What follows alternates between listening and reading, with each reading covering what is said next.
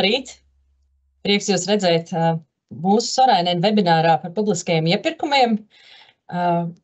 Šobrīd mēs vēlējāmies jums izstāstīt par aizsardzības un drošības dimensiju, jeb jau diezgan plašo regulējumu un arī tā piemērošanas praksi attiecībā uz aizsardzības un drošības jomas iepirkumiem, kas ir gan specifiski drošības iestāžu un Nacionālo bruņoto spēku un citu aizsardzības jomas institūciju pārvaldībā, gan arī attiecībā uz kritiskās un paaugstinātās drošības infrastruktūru, kas pārsvarā attieksies uz informācijas un tehnoloģiju nozari. Šorīt webinārā pirmkārt man ir jānodod sveicieni no Sorainen partnera Andra Tauriņa, kurš, lai gan pēc būtības un satura viņam noteikti būtu jābūt, jo viņš ir mūsu virzītājs spēks šajās nozarēs, bet par laimi mums pārējiem un par nožēlu mums birojā šodien Andris, visu nedēļu Andris ir zemesardzes mācībās un šorīt vēl no tranšejas, tā teikt, sūtīja sveicienus, tā kā ceram, ka nākamreiz arī redzēsim, jūs mūs redzēsiet daudz kuplākā pulkā, bet pagaidām tad mēs skatīsimies uz šiem jautājumiem no publiskā iepirkuma komandas perspektīvas. Šo komandu šobrīd Sorainen birojā veido šīs brīnišķīgās dāmas, protams, sākot ar mani. Mans vārds ir Katrīna Pļaviņa-Mika, esmu zvērināta advokāta un gandrīz 15 gadus strādāju publiskā iepirkuma jautājumiem. Manā pārziņā ir arī valststiesība nozara kopumā, proti gan pārstāvam klientus administratīvajās tiesās un Satversmes tiesā, gan arī palīdzam ar jebkuriem administratīvo tiesību jautājumiem. Un šodien gandrīz runātāja secībā mūsu komandas kolēģis Diana Adamoviča, kas ir jurista regulēto nozaru jomā, un Sabīna Stirniņa, kas ir jurista palīdz, mūsu tiesvedību komandā stāstīs jums par to, kādā veidā iepirkuma uzraudzības birojas līdz šim ir lūkojies uz aizsardzības un drošības jomas iepirkumiem tieši konkrētā likuma kontekstā. Lai gan ļoti gribētu jums izstāstīt arī par tiesas spriedumiem, faktiski šobrīd ir pieņemts tikai viens, un tā kā tas ir mūsu tiesvedības komandas ietvaros un mūsu klientu lietā, tad mēs atļausimies atturēties no tā, bet īsi izstāstīsim, kā tad mums gāja ījubā ar šo lietu.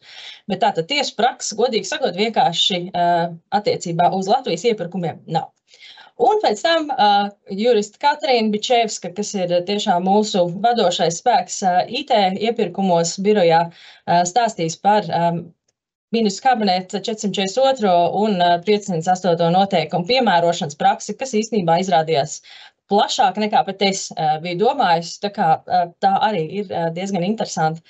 Tā būs diezgan interesanta saruna, un kuras gaitā arī attiecīgi ceram, ka jums radīsies kādi jautājumi. Lai uz šiem jautājumiem mēs varētu atbildēt un, protams, par viņiem arī uzzināt, aicinu jūs rakstīt Q&A sadaļā tepat Teams pārlūkā, kurā jūs redzat šo webināru. Mēs centīsimies uz to visu atbildēt agrāk vai vēlāk rakstveidā vai mutvārdos atkarībā no tā, kā mums liksies šis jautājums ielasās iekšā kopējā tematā, par ko tajā brīdī būs runa. Mēs arī esam saņēmuši jautājumus, ko iesūtījāt pirms tam, un pagaidām mums liekas, ka attiecībā uz aizsardzības un drošības jomas iepirkumiem mēs skatīsimies uz šiem jautājumiem mans uzrunas noslēgumā, jo bija vairāk jautājumu saistībā ar preču iegādi no Ķīnas, vai precīzāk, ko darīt, ja piegādā preci, kas ir ražot Ķīnā. Un pārējos jautājumus pagaidām mēs atlikām malā, bet droši, ja jums tieši šķiet aktuāli un kontekstā ar šo webināru, lūdzu sakiet, ja nē, tad lūdzu nāciet uz kafiju.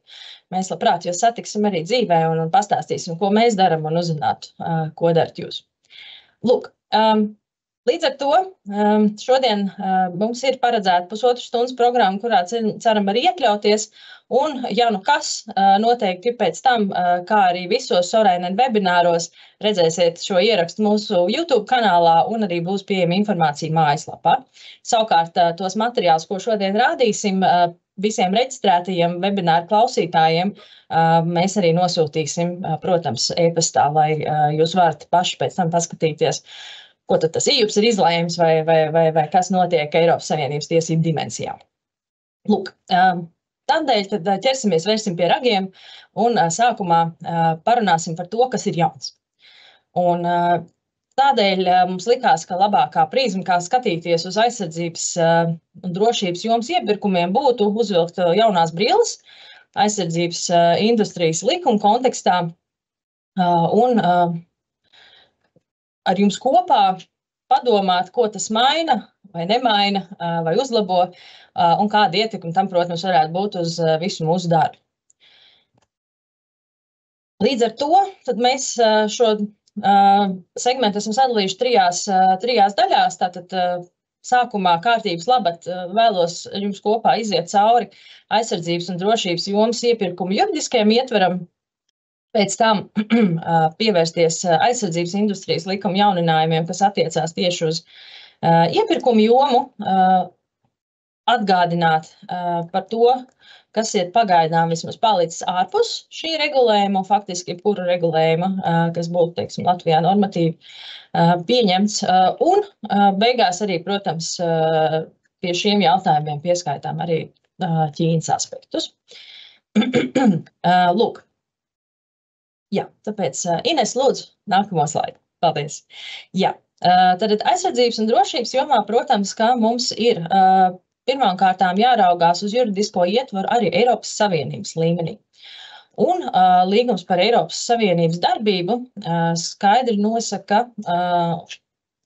ka tātad aizsardzības un drošības jomas iepirkumi tiek nostādīti iekšējā tirgus jomā. Proti, tātad mums ir nosacījumi par brīvu preču pakalpojumu kustību, atklātību, vienlīdzīgu attieksmi un citi principi, kas izriet no līguma par Eiropas Savienības darbību, kas notaļ attiecās arī uz šo iepirkumu apakšnozari un neapšaubāmi ir piemērojami.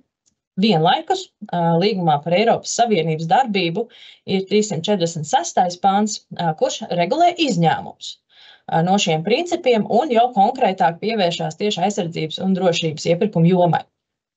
Un tātad pants nosaka divus izņēmumus, kuros, lai gan dalībvalstīm nav, teiksim, absolūta rīcības brīvība, jo mēs paturam prātā visu laiku tātad mūsu Eiropas Savienības tiesības pamatprincips, bet tomēr diezgan skaidri nosaka, ka būtiskām un strateģiski svarīgām dalībvalstu drošības un aizsardzības interesēm ir prioritāte, uz kuru pamata tātad ir iespējami izņēmumi no iepirkuma jomas.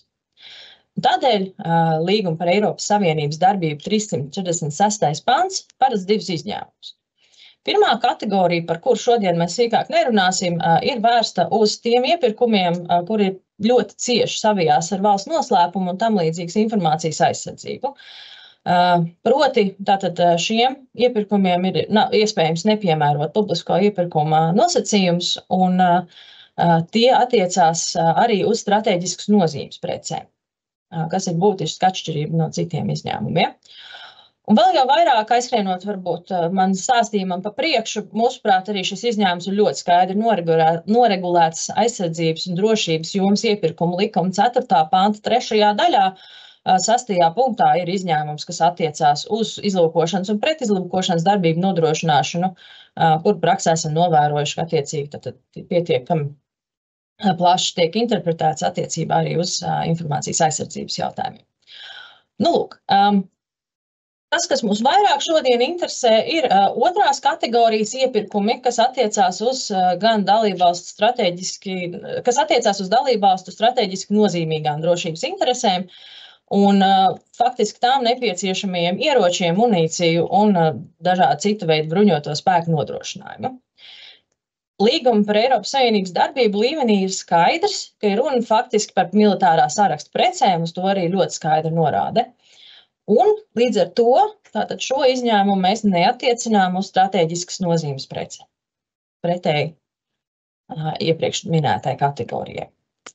Līdz ar to tajā brīdī, kad dalībvalsts vēlas piemērot šo izņēmumu un iepirkt militārā saraksta preces, pasūtītājiem ikreiz ir jāizsver, kas ir šī strateģiski nozīmīgā interese, kāda ir saistība ar šo interesi un konkrēto iepirkumu priekšmetu un lēmumu, un kādēļ šajā gadījumā strateģiskās nozīmes intereses ir jāaizsargā tā, ka mēs nepiemērojam klasiskās iepirkuma direktīvas prasības un attiecīgi ir iepirkuma princips. Bet tas ir Eiropas Savienības tiesības, un kā mēs tālāk runāsim, Latvijā mums ir bišķiņ viss citādāk. Vienlaikus, protams, uz mums attiecās arī Eiropas Savienības direktīvas, Ines lūdzu vēl atpakaļ, un atvainojiet par traucējumu. Tātad skaidrības labad norādīja arī abas Eiropas Savienības direktīvas, proti gan klasisko iepirkumu direktīvu, gan aizsardzības un drošības jomas direktīvu. Tiem, kam varbūt šī ir relatīvi viena no retajām reizēm, kad pievērsiet šai direktīvai uzmanību, tad aizsardzības un drošības jomas direktīvas priekšrocības pret klasisko režīmu ir diezgan liela elastība piemērot sarunu procedūru, iespējas un skaidrāks regulējums attiecībā uz to, kādas garantijas informācijas aizsardzībai un piegādes drošībai pasūtītājs var izvirzīt piegādātājiem. Tālāk ir arī izņēmuma pētniecības un inovācijas iepirkumiem un lielāka elastība tos piemērot un, protams, iespēja uzdot izvēlēties apakšu uzņēmēju konkursu kārtību, ko gan Latvijā mēs pagaidām neesam novērojuši. Tātad šis ir tas Eiropas Savienību tiesību apjoms, kas aizsardzības un drošības jomā Latvijai ir bijis saistošs. Un, protams, papildus nākamajā slaidā esmu norādījis pāris Eiropas komisijas skaidrojumus, kuri tad ir pieejami par direktīvas piemērošanu, un kuros Eiropas komisija cenšas harmonizēt un skaidrot tavas problēmu gadījumus, par kuriem arī dažiem šodien runāsim, kuri tad tā komisijas praksē ir novēroti. Bez šaubām skaidrojums par apakšpiegādātājiem un MVU pārobežu piekļuvu tirguma aizsardzības nozarē ir svarīgs un attiecās tātad uz šiem te apakšuzņēmēju konkursiem. Protams, ir arī vadlīnijas gan par ierobežojošām prasībām, gan piegādes drošību, proti tad tajā gadījumā tātad viņas diezgan detalizēti apspriež dažādas lokālās komponentes prasības un to, kādā veidā ar Eiropas Savienības citiem instrumentiem būtu iespējams nodrošināt piegādes no citām dalībvalstīm krīzes vai kara situācijās. Un, visbeidzot, protams, ir arī skaidrojums par kopīgiem iepirkumiem, jo arī Eiropas Savienība domā par to, kādā veidā tātad arī šajā jomā ir iespējams realizēt kopīgs iepirkums, un kā jūs zinat, arī mums Latvijā ir viens šāds jau realizēts, proti, Igaunijas valdība kopā ar Latvijas valdību vienojās par IRST sistēmu piegādi, kas būtu viens no tādiem piemēriem.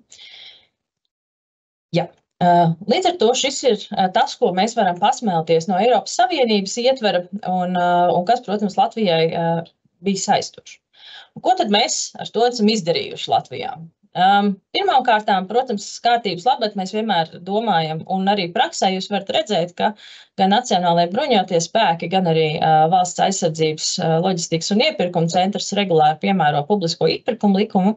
Tās ir gan mazās iepirkuma procedūras, gan arī dažreiz atklāti konkursi. Bet tātad šis likums arī šajā nozarē joprojām ir ļoti aktuāls.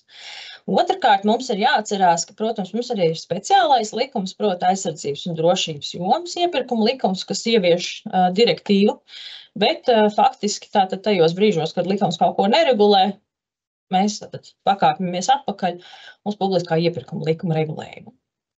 Aizsardzības un drošības jomas iepirkuma likumam vēlos skaidrības labad un stāstījuma konsekvencē jums atgādināt pāris lietas.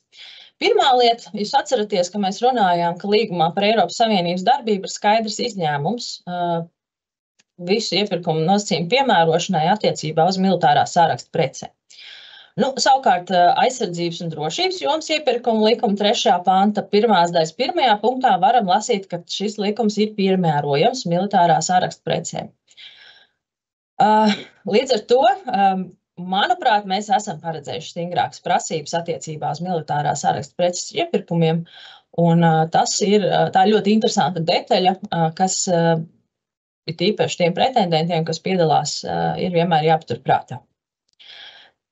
Tomēr vēl interesantāks arī tīpaši jebkuram juristam ir likuma 4. pants, kurš nosaka likuma piemērošanas izņēmumus. Un tas arī kopā ar publiskā iepirkuma likuma regulējumu regulē arī tos gadījumus, kad ir jauktais iepirkuma priekšmets.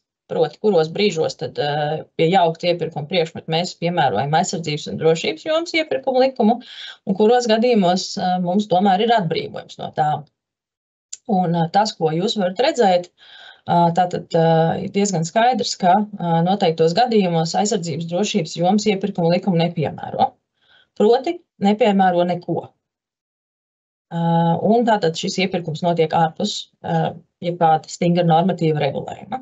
Tas mums būs svarīgi vēlāk pie aizsardzības industrijas likuma. Ko vēl dara aizsardzības un drošības jomas iepirkuma likums atšķirībā no klasiskā režīma? Tātad tas paredz tikai, tā teikt, kā es saku, 3,5 iepirkuma procedūras, proti tātad tiek rīkots vai slēgts konkurss vai saruna procedūra vai konkurss dialogs, kur slēgta vai saruna procedūra ir diezgan brīvi izvēlēts saruna procedūrai esot tiem pašiem priekšnosacījumiem, kas ir publisko iepirkumu likumā, bet konkurss dialogs, teiksim, tiek reducēts faktiski uz īpaši sarežģītiem iepirkumiem, jeb, kā mēs to nozarē saprotam, uz publiskās un privātās partnerības gadījumiem. Un, protams, pasūtītājiem vienmēr ir iespēja veikt sarunas, jebkurā no šīm procedūrām ar piegādātājiem. Tas, kur mēs iedziļināsimies nedaudz vairāk pēc brīža, ir jautājums par prasībām informācijas aizsardzībai un līguma izpildes drošībai. Kā jūs atceraties, par to mums ir arī Eiropas komisijas skaidrojums attiecībā uz līguma izpildes drošības jautājumiem. Un otrkārt, tajā iedziļināsies vairāk arī mums kolēģi Katrīna Bičevska, kas kā reiz runās par IT jomā svarīgiem valsts drošības iestādes atzinumiem. Un arī šeit tātad aizsardzības un drošības jomas iepirkuma likumā 22. pantā ļoti skaidrs izslēgšanas pamats, kas atšķirās, protams, no klasiskās pieejas, un pasūtītājs var izslēgt pretendenti, ja ir saņēmis valsts drošības iestādes atzinumu, kā tātad līguma noslēgšana varētu radīt draudu nacionālajai drošībai, un tātad, protams, ir saņemts ziņas, vai teiksim, ir saņemts ziņas par krimināli sodāmām darbībām un tam līdzīgi. Tās arī ir, teiksim, būtiskākās nozares likuma atšķirības no vispārīgajām tiesību normām, kuras, mūsuprāt, šodien ir jāvērtē paturot prātā to, ka ir arī daudz cita regulējuma. Un līdz ar to tas šodienas jautājums, ko vēlējos pakustināt jūsu prātos, ir, vai aizsardzības un drošības jomas iepirkumu likuma. Jā, es ceru, ka es esmu atkal atpakaļ. Jā, tad ko ar to es domāju? Pirmkārtām, šobrīd Nacionālās kiberdrošības likuma projekts vēl virzās Saeimā, bet tajā jau vismaz pašreizējā likuma projekta numerācijā 45. panta 4. daļa paredz konkrēts pilnvars Nacionālajiem kiberdrošības centram, faktiski laikam tad līdz šī gada beigām apmēram izstrādāt plānu, kurā tātad iekļauti ir 2 pasākumu veidi. Pirmkārtām tātad piegāžu ķēžu drošības veicināšanai kiberdrošības jomā, kas attiecās uz valsts pārvaldi, un pasākums iepirkumos, kuri tātad attiektos uz informācijas un komunikācijas tehnoloģijas certifikāciju, šifrēšanu un atvērtā pirmkauda risinājumu izmantošanu. Proti, tātad, mūsu izpratnē tās ir tātad, tāds harmonizētas prasības tehniskai specifikācijai, kuras turpmāk tātad tiks iekļauts tādā vai citādā instrumentā iepirkumos IT jomā. Tālāk, par ko runās arī Katrīna, protams, mums jau sen ir MK noteikumi numur 442 un 508, par to tad 2 lekcijas vēlāk. Protams, neviens nav atcēlis industriālās drošības certifikāta noteikums, un arī valīts nolikums ir tas, kas regulē tātad nosacītu sadalījumu starp NBS nodrošinājumu pavēlniecības iepirkumiem un civilo galu. Bet tam, ko mēs gribēju arī vērst jūsu uzmanību, vēl viens likums, kas atkal pamaina bildi, ir ārējās sauszemes robežas infrastruktūras izbūves likums, kurš atļauj tieši robežas izbūves nepieciešamos pakalpojumus un arī inženiertehniskās komunikācijas un telekomunikācijas preces iepirkt ārpus iepirkuma likuma, un tātad pēc savas būtības atsaucās uz līgumu par Eiropas Savienības darbību 346. pantu, nosakot, ka tātad robežas izbūve šobrīd mums ir strateģiski svarīga drošības interese. Sēlijas poligona likumā šāda izņēmuma pagaidām nav, un arī tur tātad mēs skatāmies uz nedaudz citu iepirkumu struktūru, ko minējuši vēlāk. Nu, lūk, līdz ar to šajā uzskaitījumā pēdējais jauninājums ir aizsardzības industrijas likums, kurš arī ievieš diezgan lielas korekcijas tajā, kādā veidā turpmāk aizsardzības ministrija redz iespēju strukturēt pakalpojumu preču iepirkums, un ne tikai.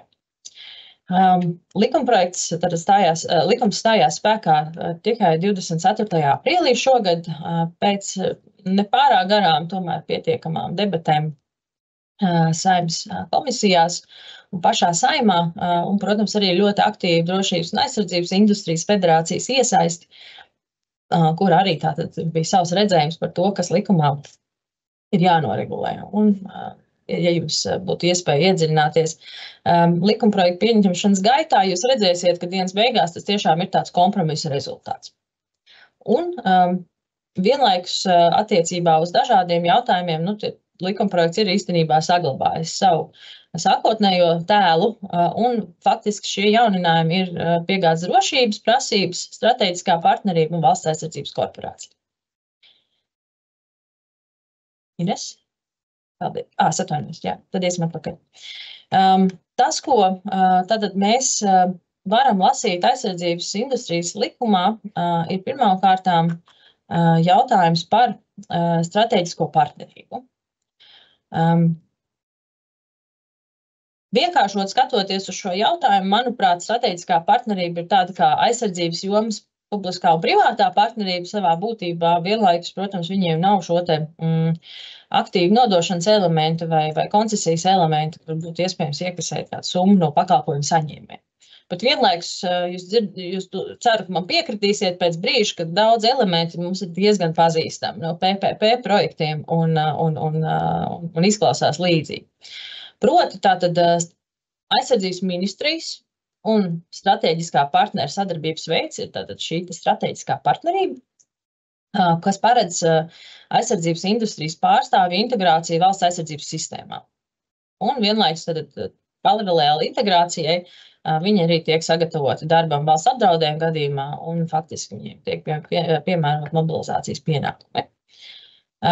Ja mēs skatāmies uz strateģiskās partnerības priekšmetiem, tad šobrīd prioritāri anotācijā tīpaši aizsardzības ministrija norāda uz NBS kaujas tehnikas uzturēšanu, munīcijas ražošanu un drošu komunikācijas tehnoloģiju attīstību. Bet praktiski, protams, likums nekādā veidā šo tematu loku neierobežo. Un drīzāk mēģina pat, teiksim, nenodalīt to jautājumu loku, ar ko nodarbojās valsts aizsardzības korporācija, vismaz juridiskā plāksnē, un to, kas paliek strateģiskai partnerībai. Bet, protams, ir skaidrs, ka strateģiskā partnerība nav domāta ministrijai ar valsts aizsardzības korporāciju. Tas nav tas, kur tas virzās. Nu, lūk. Strateģiskā partnerība 7. panta 5. daļā ir norādīta kā faktiski izņēmums no aizsardzības un drošības jomas vai jebkur citu publiskā iepirkuma principu piemērošanas. Proti, lai gan likums saka, ka ir jāpiemēro aizsardzības un drošības jomas iepirkuma likums, faktiski anotācija ļoti ātri aiziet uz 4. pantu un tā paredzētiem izņēmumiem, kurus tad kā jūs iepriekš dzirdējāt, kuru mērķis ir pateikt, kam mēs vispār nepiemērojam nekādus likumus, un kuriem tad mēs arī attiecīgi strateģiskā partneru izvēlē paredzam diezgan brīvas rokas aizsardzības ministrijai. Vienlaikus aizsardzības ministrija šo brīvo roku principu ir centusies būtiski aprobežot ar pašu likuma noteikumiem, un aizsardzības industrijas likumā 11. pantā ļoti gari ir aprakstīts tas, kādi kritēriji ir izvirzāmi strateģiskajam partnerim, un kas tad ir līguma nosacījumi, sākot ar 10% peļņas griestiem, beidzot ar dažādu piegādes drošības prasībām, tiešām diezgan detalizētu jau likumā iestrādāt atskaites mehānismu un tam līdzīgi. Līdz ar to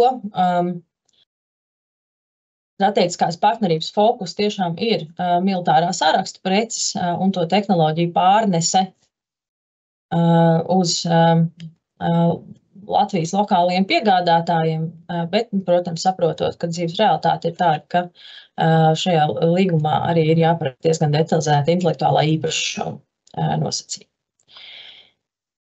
Nu, lūk.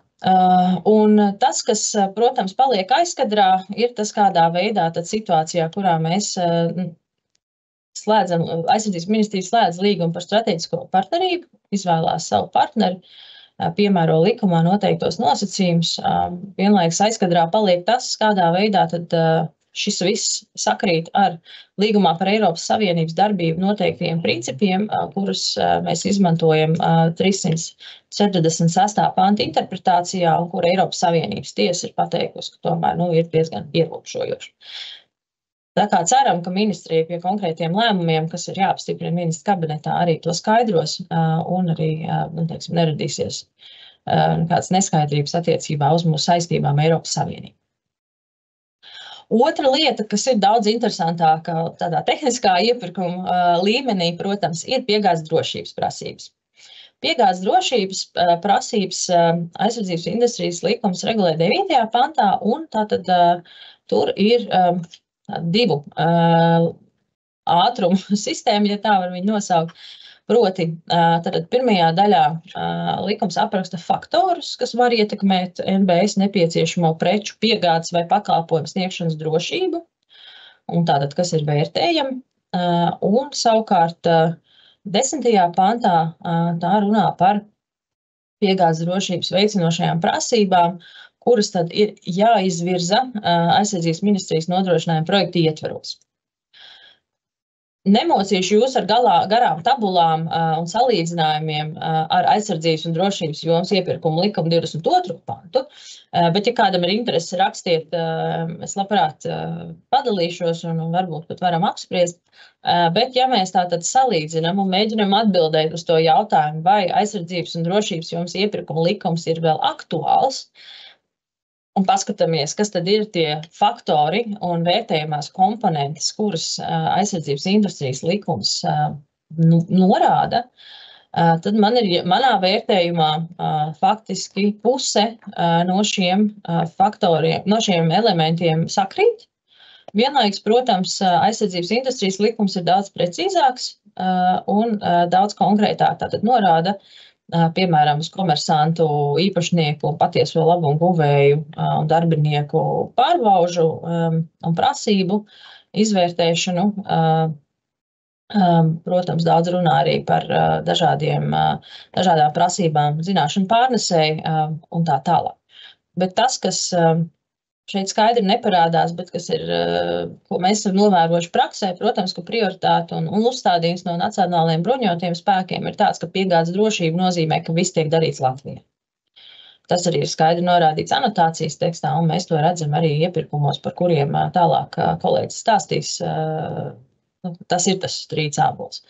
Respektīvi, lai arī aizsardzības industrijas likums diezgan detalizēti apraksta dažādas piegādes drošības ietekmējošus faktorus, viņš faktiski par to runā tikai Latvijas kontekstā, un ārvalstu piegādātājiem ir daudz jautājumu attiecībā uz to, kādā veidā tad tas tiek piemērots tiem, kas neatrodas Latvijā, un kāds iespējas ir vienlīdzīgi sacensties par iespēju sadarboties ar Latviju šajā jomā, ja tātad ir dažādas lokālās prasības pēc tam praksē piemērotas. Bet tiešām, ja kāds ir gatavs un vēlās tehniskāk iedziļināties, es labprāt padalīšos ar savu salīdzināšanas tabulu, kuru mēģina saprast, kā tad visi šie jautājumi pārklājās. Tas, kas paliek aizsardzības drošības jomas iepirkumu likumā, kā reiz ir Eiropas Savienības komponente, proti tajos gadījumos, kad ir runa par strateģiskas nozīmes preču licencēm, aizsardzības drošības joma iepirkuma likuma 22. pants tātad mums norāda uz veidiem, kādā veidā tad šo pārobežu kustību, ja pārliecību par pārobežu kustību varam saņemt. Aizsardzības industrijas likuma projekta anotācijā varēsiet lasīt, ka praksē tas nestrādā it kā. Un arī NBS aizsardzības ministrija atsaucās pirmkārt uz Covid laiku, kur tomēr mūsuprāt, nav pareiza analoģija, bet atsaucās arī uz konkrētiem piemēriem ar Vācijas sadarbības partneriem un citiem, kur tātad esot bijuši ļoti aizkavēta apliecinājuma saņemšana par pārobežu kustības pieeja iespējamību. Līdz ar to tas ir joprojām ļoti aktuāls jautājums, par kuru, es domāju, mēs vēl diskutēsim vairāk kārt un kas arī parādās strīdos. Visbeidzot, protams, likums arī runā par valsts aizsardzības korporāciju, lai gan likums, teiksim, vairāk par to runā kontekstā ar fundamentālo lietišķo pētījumu projektiem, kuros tiek izmantots vai radīts strateģiskas nozīmes preces. Tomēr, protams, ir skaidrs, ka mēs paskatāmies uz dibināšanas dokumentiem un arī uz akcionāru gaidu vēstuli, kas arī ir publiski pieejama, tad faktiski aizsardzības ministrija pirmkārt sagaida no valsts aizsardzības korporācijas faktiski to pašu iesaisti NBS kaujas tehnikas uzturēšanā, munīcijas ražošanā un drošu komunikācijas tehnoloģiju attīstībā. Bet, ja jūs redzējāt arī preses paziņojumus, faktiski tas saraksts par tām jomām, kurās valsts aizsardzības korporācija varētu darboties, protams, ir ļoti garš. Bet tas, kas ir pats svarīgākais, tad mums ir jauns, visdrīzāk diezgan liels pasūtītājs aizsardzības jomā, tāpēc tam ir jāpievērš uzmanība un noteikti mēs vēl arī dzirdēsim par to, kā viņiem iet, jo viņi ir tikai pašā savu stāstu sākumā. Kas tad palika ārpus aizsardzības industrijas likuma, un Ines var palūgt nākamo slaidu, lūdzu. Likums nekādā veidā nerunā par certifikāciju, ne par tātad šo te lokāli saražoto, attīstīto preču certifikāciju, ne arī, teiksim, kaut kādām praktiskākām sazobēm ar NATO standartu izmantošanu, ko varam redzēt jebkurā militārā sāraksta iepirkuma tehniskajā specifikācijā. Un, lai gan bija mēģinājums arī panākt kaut kāds plašāks mobilizācijas pienākums, tomēr arī Bergmaņa kunga paša nostāja bija tāda, ka tam ir jāpaliek iekš mobilizācijas likuma un arī tas tālāk netika prasīts. Visbeidzot, mums ir pēdējais jautājums, kas attiecās uz Ķīnas preču izmantošanu, ko jūs arī tad vēlējāties aktualizēt. Un tad mēs saņēmām vairākus jautājumus pirms webināru par to, kādā veidā tad varētu cīnīties ar precēm no Ķīnas.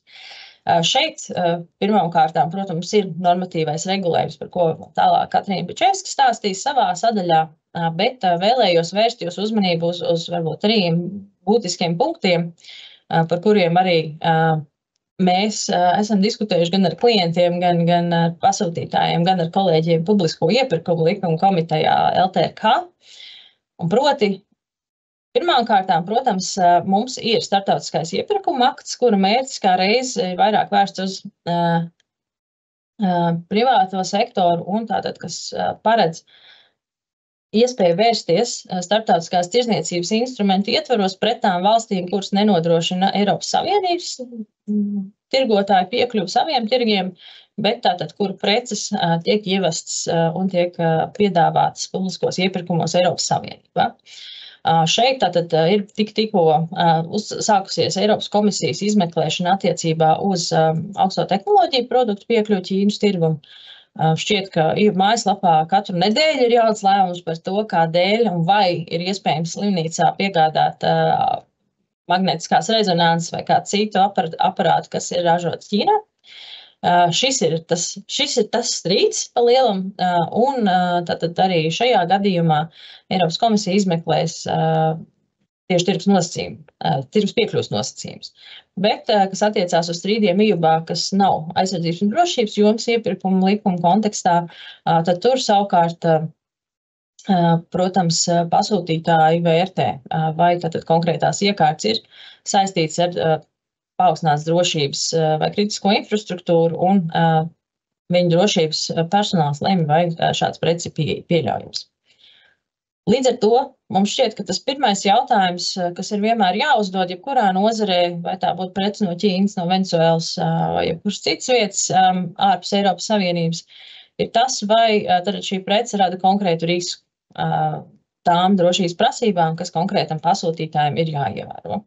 Šķiet, ka tāds varbūt humori pilns piemērs vienmēr ir bijis par to, vai mūzikas skolai laukos ārpus pilsētas tiešām nevarētu būt Ķīnā ražotas videokameras. Vai mēs to samēr meklējam tur, vai arī mēs tomēr koncentrējamies uz kritiskās infrastruktūras un paaugstinātas drošības objektiem un domājam, kādā veidā tad tos mēs pasargājam primāri no drošības riskiem. Un otrkārt, protams, ir jautājums par to, vai tie drošības riski pasūtītājiem ir zināmi, un vai jūs viņus varat nomērīt. Jo tas, ko mēs arī redzam, tālāk Katrīna iezīmēs attiecībā uz EU praksi, IT jomā, pat ar visu to, ka tur ir ļoti konkrēts regulējums,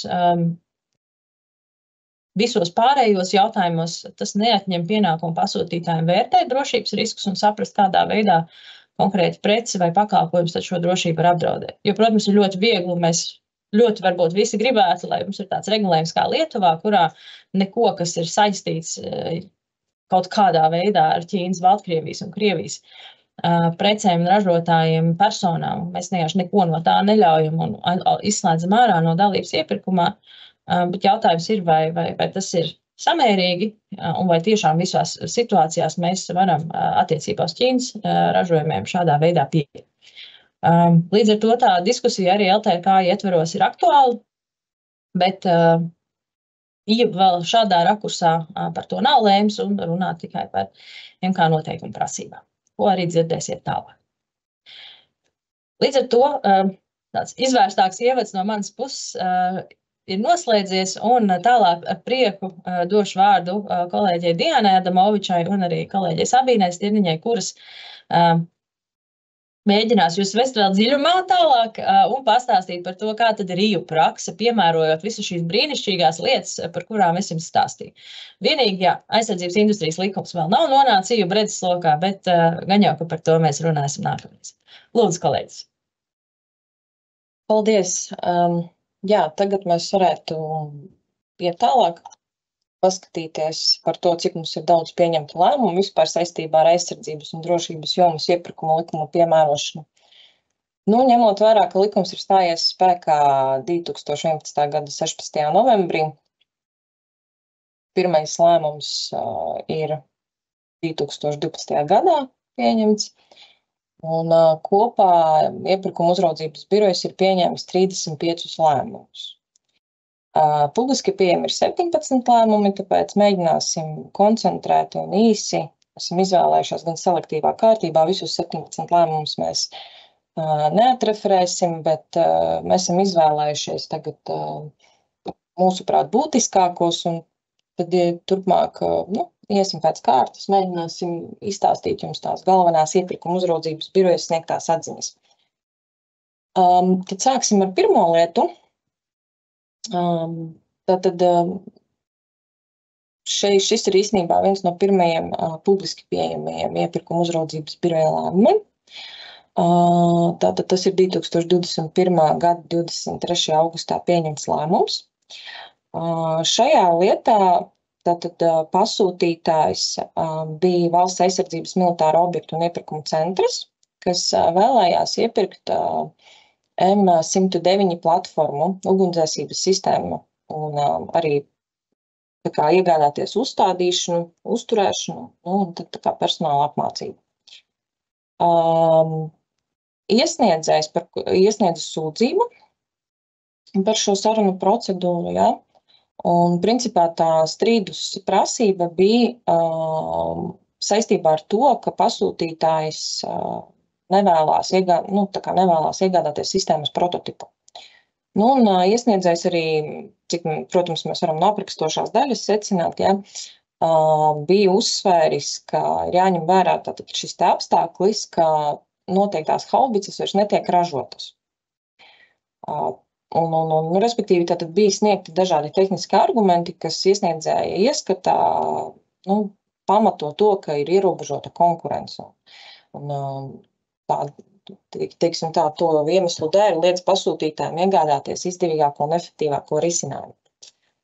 Bet, principā tas, ko pateica iepirkuma uzraudzības birojas, iepirkuma uzraudzības birojas klasiski, protams, arī atsaucās šajā lēmumā uz to, ka neviens nevar īsti diktēt pasūtītājiem to, ko viņš vēlās iepirkt. Protams, arī kaut kādu atsevišķu prasību izvēle viņam ir jāspēj objektīvi pamatot. Un šajā gadījumā iepirkuma uzraudzības birojas uzskatīja, ka pasūtītājs ir sniedzis šo te objektīvo pamatojumu, un pasūtītājs pateica diezgan īsi un diezgan tā lakoniski, bet tomēr tas pasūtītāja pamatojums, kāpēc viņš nevēlās šo te prototipu sistēmas, ir tāpēc, ka sistēmas prototipa ieviešana būs saistīta ar aktīvu pasūtītāja iesaisti sistēmas izstrādē. Proti, šī sistēma būs viņiem tad atsevišķi jātestē, jāievieš, jāsertificē, un pasūtītājs to nevēlās. Turklāt arī pasūtītājs norādīja, ka tie būs papildu līdzekļi, resursi, un tieši vārds vārdā tā arī iepirkuma uzraudzības birojā iesnieguma izskatīšanas komisija uzrakstīja, ka pasūtītājiem to neviens nevar uzspiest.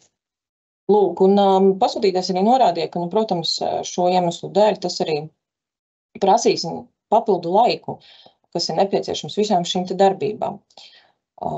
Attiecīgi, iepirkuma uzraudzības birojas uzskatīja, šis ir pietiekami objektīvs pamatojums, kāpēc pasūtītājs nevēlās tātad iegādāties sistēmas prototipus. Turklāt šeit arī jāņem vērā bija atsevišķi tehniski argumenti, kuri pasūtītājs varēja atspēkot. Ja? Tas ir tieši saistīts ar šo te haubicas ražošanu. Respektīvi, pasūtītājs iesniedz paskaidrojumus, droši vien tad arī pierādījumus, kuriem nav publiski pieejami, ka šīs te haubicas tomēr tiek ražotas. Ja? Tā kā, šādi tehniski argumenti arī šajā lēmumā, protams, tika skatīti. Lūk, tagad mēs varētu doties uz nākamo lietas apskatu. Jā, tad šī ir arī sarunu procedūra. Te pasūtītājs Valsts aizsardzības loģistikas un iepirkuma centrs arī rīkoja sarunu procedūru un vēlējās iegādāties izlūkošanas kaujas kā apurķēžu bruņu tehnikas rezerves daļas. Un šī lieta bija saistīta ar to, ka tātad viens no pretendentiem uzskatīja, ka uzvarētāja piedāvājums ir nepamatoti lēts. Lūk, un uzvarētāja finanšu piedāvājums sanāca gandrīz 2 reizes lētāks kā vienam citam pretendentam, kas nebija pašā iesniedzēja salīdzinātais tas piedāvājums. Un te bija tā, ka finanšu piedāvājuma acīm redzot bija vairākas pozīcijas. Šajās pozīcijās bija jānorāda cenas, piemēram, par rezervju daļu piegādi un piemēram, par kaut kādiem atsevišķiem piegādes apstākļiem un tam līdzīgi. Un, lūk, un tas, ko teica iesniedzējs, ir, ka, respektīvi, pasūtītājs nav pietiekami pārbaudījis, kāpēc ir šādas zemākas cenas uzvarētājiem norādītas. Un tas, ko pateica iepirkuma uzraudzības birojas, ir, protams, arī norādījuši šīm juridiskajām atziņām, atsaucās uz Eiropas Savienības tiesas atziņām, ka principā nepamatot lēti piedāvājumu identificēšanai var izmantot šo matemātiskos kritērijus un salīdzināt piedāvātās cenas ar visu iesniegto vidējo cenu. Taču tas nevar būt pietiekams pamats, tā kā pretendenta automātiskai izslēgšanai. Un tad iepirkuma uzraudzības birojas ņēma lietas materiālus un sāka pēc būtības pētīt, tad, ko ir norādījis uzvarētājs un kā uzvarētājs ir sniedzis skaidrojumus. Sniedzis skaidrojumus par šiem apstākļiem, kas viņam ļāva piedāvāt finanšu piedāvājumā norādītās cenas. Un iepirkuma uzraudzības birojas ļoti skeptiski vērtēja šo uzvarētāju skaidrojumu. Ja? Tātad, piemēram, vienā no pozīcijām, kur bija jānorāda cena par turbokompresoru, cena bija aptuveni 3 reizes lētāka nekā pārējiem pretendentiem. Protams, arī šeit no juridiskās perspektīvas jāsaka, ja, kad iepirkuma uzraudzības birojas norādīja, ka, protams, pasūtītājs vislabāk var novērtēt visus šos te apstākļus, kas liek izšķirties par kādu piedāvājumu pieņemšanu vai noraidīšanu. Tomēr, principā, tā lielākā problēma šajā gadījumā bija tāda, ko pasūtītājs nebija izpildījis savu mājasdarbu, un nebija redzams ne no iepirkuma komisijas sēžu protokoliem, ne arī no iesniegtiem paskaidrojumiem, ne arī iesnieguma izskatīšanas sēdē netika norādīts, ka ir tāds izvērtējums, tā kā pēc būtības veikts. Respektīvi, tur apmēram sanāca tāda situācija, cik var izsecināt no aprakstošās daļas un motīvu daļas, ka ir iesniegts vienkārši pieprasījums, lai uzvarētājs sniedz skaidrojumu, kāpēc tādas cenas. Paskaidrojumi ir pieņemti, apliecinājumi no ārzemju sadarbības partneriem pieņemti, bet nav bijis šis te izvērtējums iekļauts dokumentācijā. Un tāpēc iepirkuma uzraudzības birojas uzskatīja, ka šis te vērtējums pēc būtības nav veikts. Tas, ko šajā vērtējumā iepirkuma uzraudzības birojas norādīja, ka vajadzētu būt, tas varētu būt, piemēram, pārbauda, vai ir iekļautas visas līgumā paredzētās izmaksas, salīdzināt ar cenu ar citu pretendentu piedāvājumos tirgu vai iepriekšējā pasūtītāja pieredzē. Ja. Te arī iepirkuma uzraudzības birojas norādīja, ka uz vienu atsevišķu apliecinājumu, ka arī šeit bija tātad pasūtītājiem vēl specifiski jāuzdot jautājums, kāpēc, piemēram, sadarbības partnera norādītās cenas ir cenas, kādas piedāvā uzvarētājs finanšu piedāvājumā. Ja? Kāpēc nav iekļauts papildu uzcenojums? Respektīvi, ja viss šis izvērtējums būtu ticis veikts un būtu iekļauts iepirkuma dokumentācijā, tad iepirkuma uzraudzības biroja iesnieguma izskatīšanas komisija droši vien problēmas neredzētu. Lūk, un tāpēc arī šajā lietā pasūtītājiem tika aizliegts, slēgt iepirkumu un tika atcelts šis te lēmums. Lūk, tagad iesim pie nākamās lietas. Jā, šī ir pavisam tāda interesanta lieta, pat ar lielu interesi īstenībā. Liela interesi iepazinos ar šo lietu.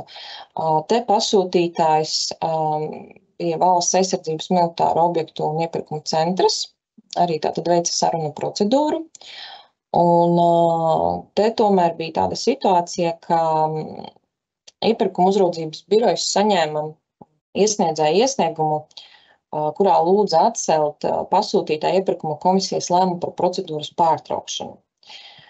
Un te bija tāda situācija, ka iesniedzējs procedūrā bija iesniedzis piedāvājumu, taču ņemot vērā iepirkuma uzraudzības biroja un ekonomikas ministrijas izstrādātās vadlīnijas, viņš lūdza pasūtītājiem, lai tam tiktu kompensēts būvdarbu sadārdzinājums, kas radies ārkārtas apstākļu rezultātā. Un iesniedzējs šeit jau bija izpildes stadijā ar pasūtītāju noslēgto līgumu par administratīvās ēkas pārbūvi un šo te 2 nolikto un autotransporta zonas izbūvi Preiļu novadā. Un te tā situācija bija tāda, ka pasūtītājs konstatēja, ka atsevišķās tāmas pozīcijās sadārdzinājuma cenas ir pierādītas un atbilstošas, bet par pārējām tāmas pozīcijām nav iesniegti pierādījumi. Nav pamatojumi. Attiecīgi, pasūtīt ieskatā šīs sadārdzinājuma cenas nav atbilstošas. Iesniedzējs prasīja pasūtītājiem eksperta vērtējumu, ja, un šeit arī tika iesaistīts eksperts, te bija arī eksperta atzinums. Eksperta atzinums bija priekš iesniedzēja nelabvēlīgs, respektīvi, ja eksperts pateica to, ka tieši tajās strīdus tāmas pozīcijās sadārdzinājuma cenas nav pamatotas, nav pierādītas, un un tad pasūtītājs iepirkuma komisijas sēdē konstatēja, ka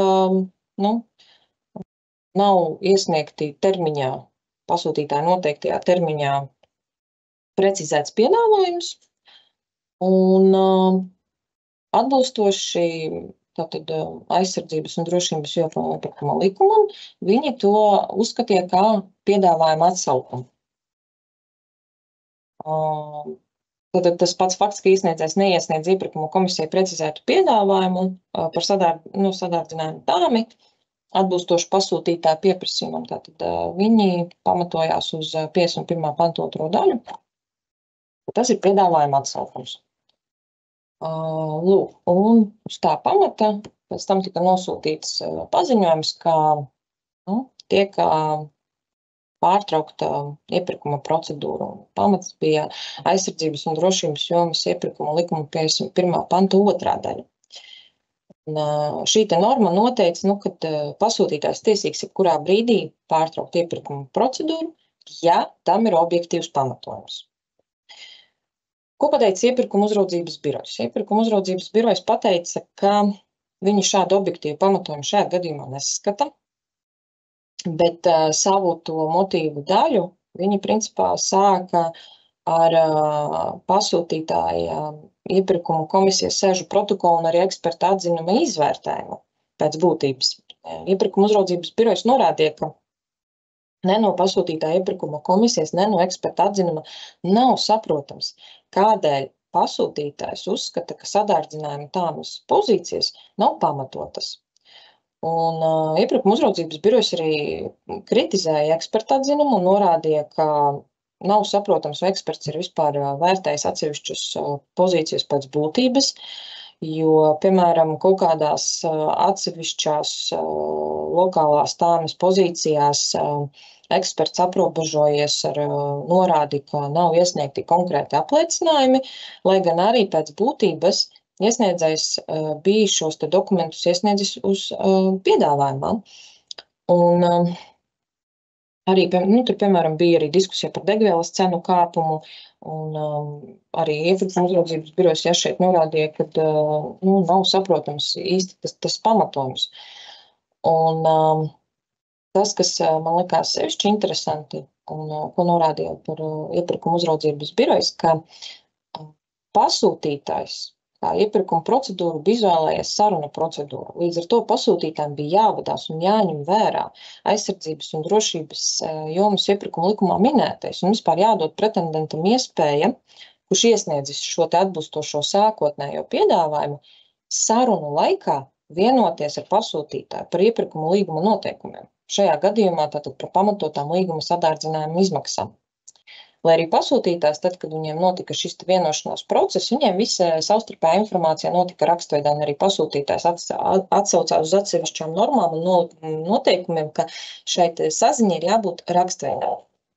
Bet tas, ko iepirkuma uzraudzības birojs pateica, ka nē, jums ir saruna procedūra vispār izvēlēta jau sākumā, un arī pašā nolikumā ir noteikts, ka pasūtītājiem ir tiesības uzaicināt pretendentu uz sarunām. Un iepirkuma uzraudzības norādīja, ja šī nolikuma prasība norāda, ka pasūtītājs var izvēlēties, aicināt vai neaicināt, bet iepirkuma komisijas lēmums jebkurā gadījumā nedrīkst būt patvaļīgs. Un arī tam ir jābūt objektīvi pamatotam, kāpēc šīs sarunas netiek rīkotas. Pat ja šis punkts nolikumā paredz to, ka pasūtītājs ir tiesīgs, bet ja atsaka sarunas, tad ir jāpaskaidro, kāpēc. Un iepirkuma uzraudzības birojs principā diezgan lielu uzsvaru šo liek savā argumentācijā, ka nav bijuši nekādi objektīvi šķēršļi sarunu laikā iegūt no iesniedzēja papildu pierādījumus un skaidrojumus par šiem cenu sadārdzinājumu pierādījumiem un pamatotību. Un attiecīgi šis lēmums par pārtraukšanu ir bijis priekšlaicīgs un nav bijuši konstatēti nekādi šķēršļi, lai turpinātu procedūru. Tā, tagad mēs varētu pārlikt uz nākamo lietu. Šī arī saruna procedūra. Var redzēt, ka šī metode ir, protams, šīs nozares specifikā populāra iepirkuma metode. Šeit pasūtītais tātad valsts aizsardzības loģistikas un iepirkuma centrs bija, un šeit arī tika iegādāta izlūkošanas kaujas kāpuķiešu bruņu tehnika. Te arī, protams, ietilpo arī kapitāla atjaunošana.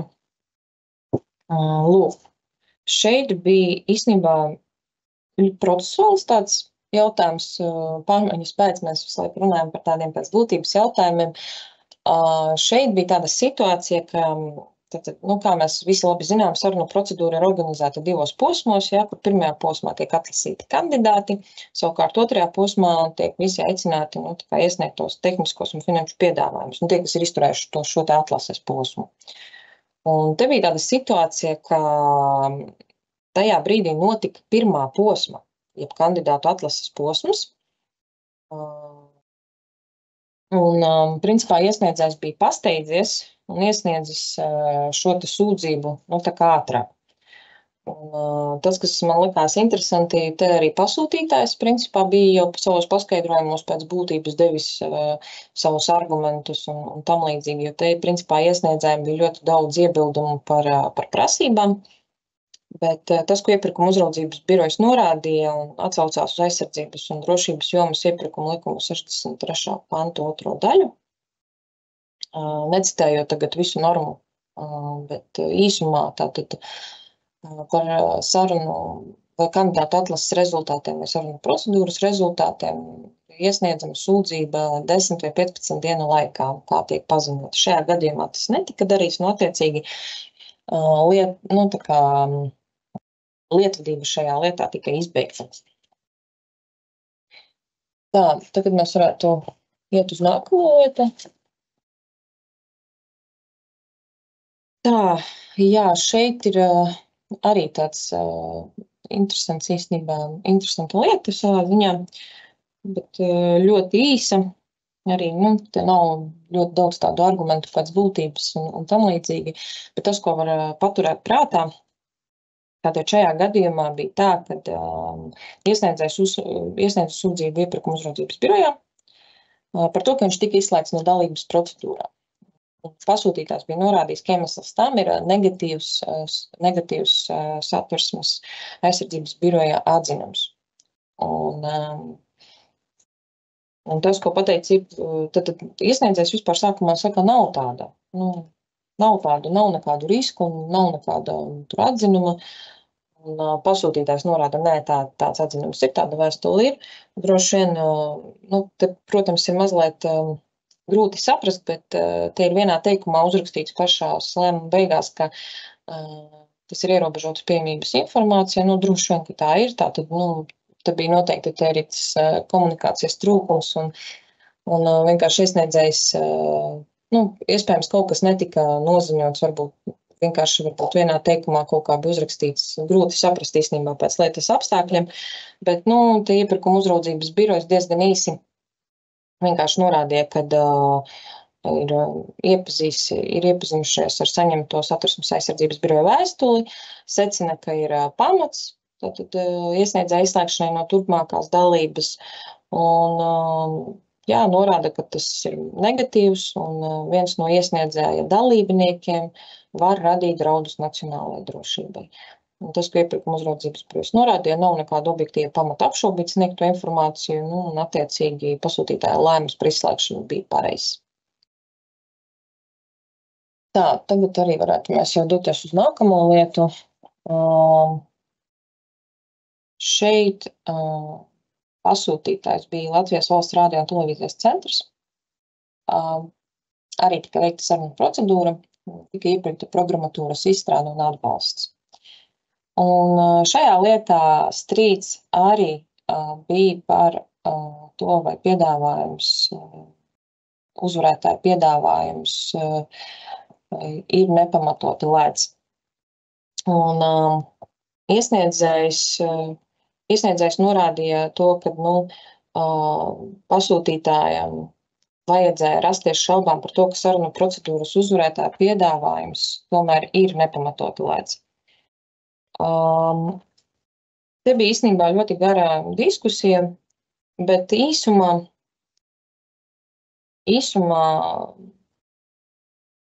iepirkuma uzraudzības birojas norādīja, ka iesniedzēja iesniegums nav pamatots. Un te bija tāda situācija, ka pasūtītājs bija uzdevis precizējošus jautājumus šim te uzvarētājiem.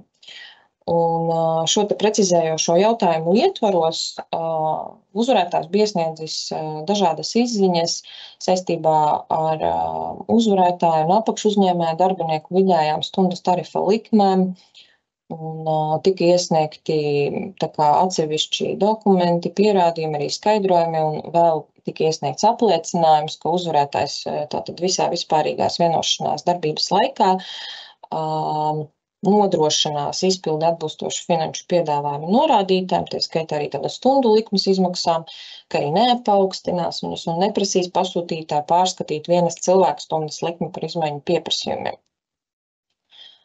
Lūk, un tad tas sūdzības iesniedzējs diskutēja par to, kā būtu jānorāda šīs atsevišķās izmaksas katrā pozīcijā un tam līdzīgi, bet iepirkuma uzraudzības birojas norādīja, ka pirmkārt tā pārbaude par to, vai nepamatoti lēts piedāvājums ir veikts, tas ir darīts caur šiem te precizējošiem jautājumiem, un tas, kas par jebkādām cenas atšķirībām, vienkārši iepirkuma uzraudzības birojas norādīja, ka tā ir tāda iesniedzēja vienpusēja iebildumi, ka ir pietiekami objektīvi pārbaudāmi un izvērtējami dokumenti iesniegti, apliecinājumi, un šajā gadījumā arī pasūtītājs iepirkuma uzraudzības biroja ieskatā bija veicis savu mājas darbu un pietiekami pārbaudījis un pārliecinājies, ka uzvarētājs spēs nodrošināt līguma izpildi atbilstoši finanšu piedāvājumu. Lūk, tagad varētu pārēt uz nākamo lietu. Šeit pasūtītājs arī bija Latvijas Valsts radio un televīzijas centrs. Te tika arī iepirktas konkrētas iekārtas, programmatūras piegāde, ieviešana un atbalsta nodrošināšana. Un šajā situācijā īstenībā bija tā, ka iesniedzējs arī iebilda par to, ka šī nepamatoti lētā piedāvājuma pārbaude nav veikta vispār. Bet pārbaudot lietas materiālus, iepirkuma uzraudzības birojas norādīja, ka tā pārbaude tomēr ir veikta, jo ir uzdoti precizējoši jautājumi par atsevišķām finanšu piedāvājuma pozīcijām.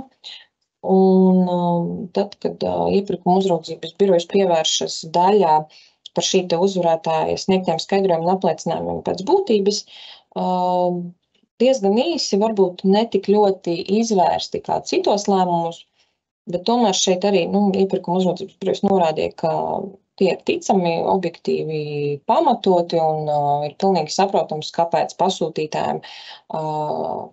pasūtītājs nolēma atzīt to, ka tas piedāvājums nav nepamatoti lēts.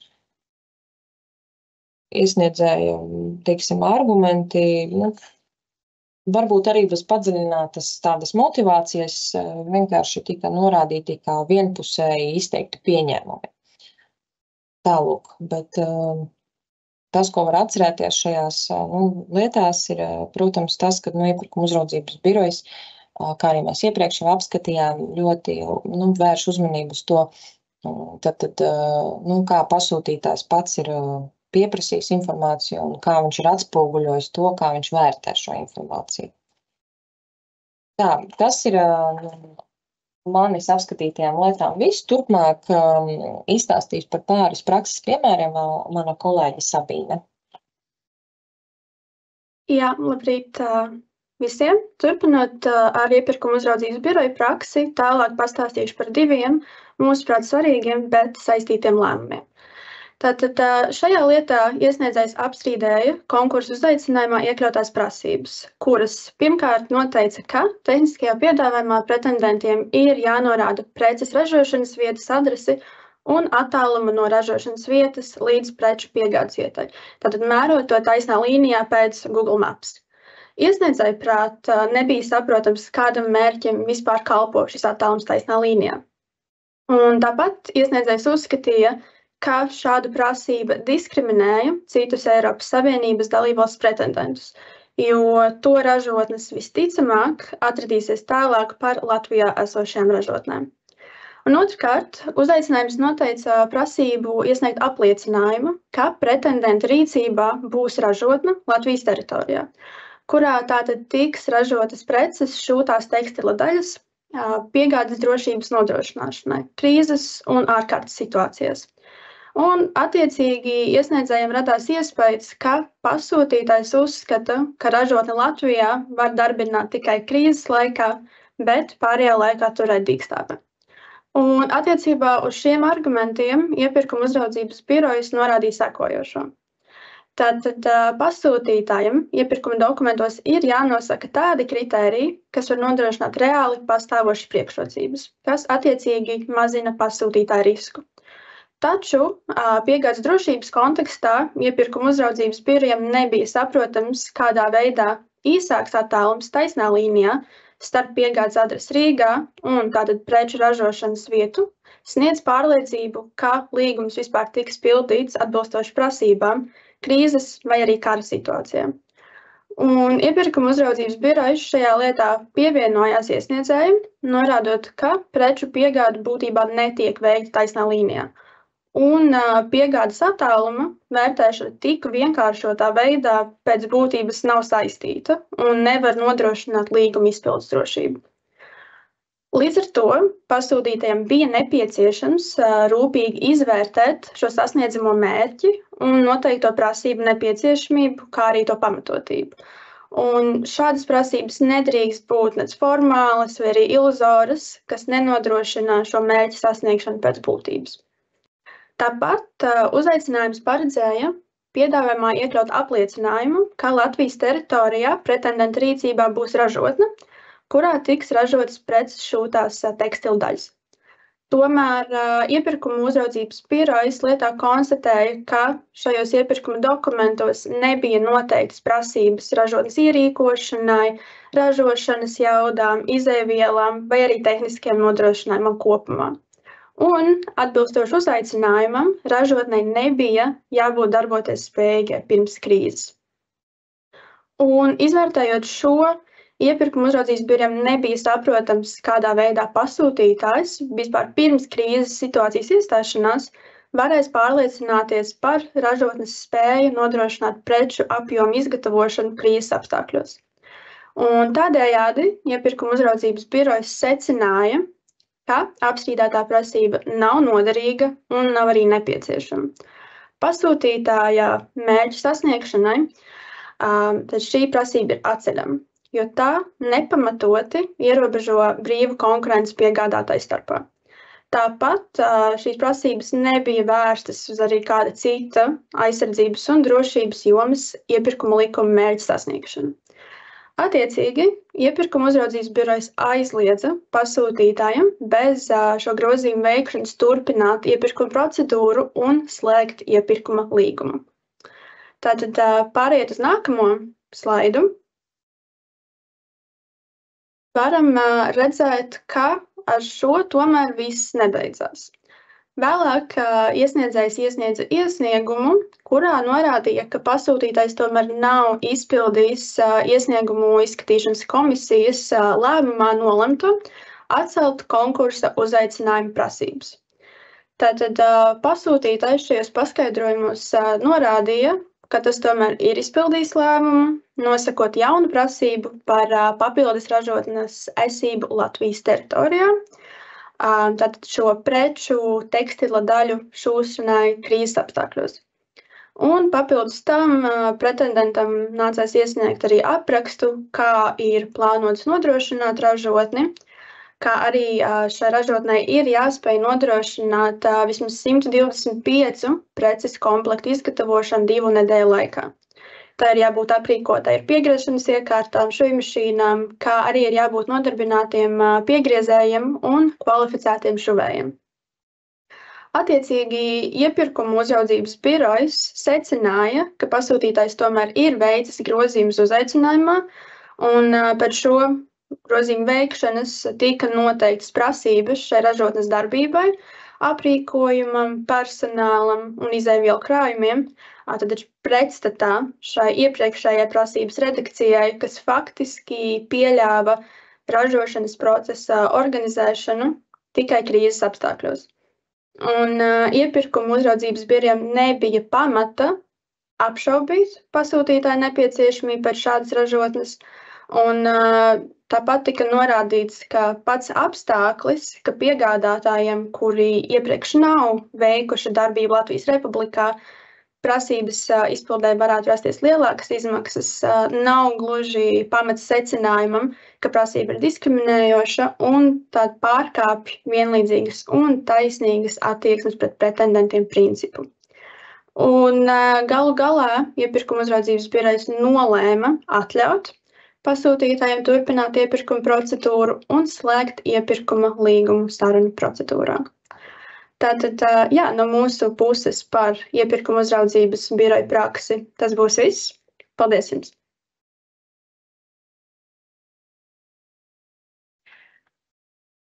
Paldies, kolēģis, par šo apskatu. Līdz ar to, kā jūs redzat, IUBS īstenībā diezgan regulāri piemēro aizsardzības drošības jomas iepirkuma likumu un izsakās par to, kas